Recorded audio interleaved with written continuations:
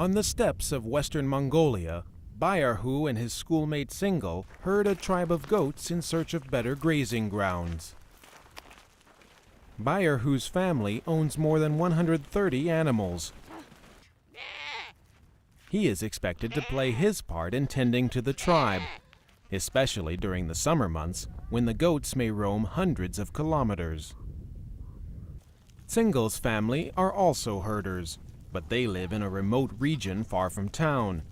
So she stays at Bayarhu's home during the school year and helps out with the livestock after class. Bayarhu and Single may not remain classmates much longer. At 10, Bayarhu still attends school, but as he grows older, he will face increasing pressure to drop out and work full-time for the family. Now that the government has privatized ownership of cattle, more and more parents want their children to stay involved in the family business. Bayarhu hopes he won't have to choose. Once you devote yourself only to animal herding, you wouldn't know anything but looking after animals. You would miss out on knowledge and education. Overall, primary school enrollment is rising in Mongolia, but in rural areas, particularly in the far west, many children find it a struggle to go to class.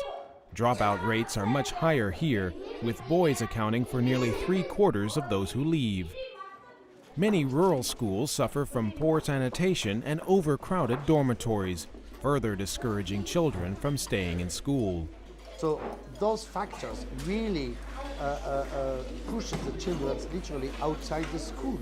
It is already very difficult for them to be outside their home family, and when they literally have to suffer to be able to study, very often the call to go back to their gear is greater than the call for staying in the school. UNICEF is working to improve conditions in schools and dormitories, and to offer non-formal education programs for those who cannot attend school. It aims to train dormitory teachers to better handle the needs of students, and to equip schools with clean water and sanitation systems. The goal is to help more students like 12-year-old Munkjagal, who stays at a dorm in Zavkhan in the western province of Uvs. Munkjagal wants to become a teacher, not a herder like his parents. He says the good conditions at school and the dorm make it easier to continue his courses. It's an effort to adapt schools to care for a community on the move and ensure that all children have access to education, no matter where they call home.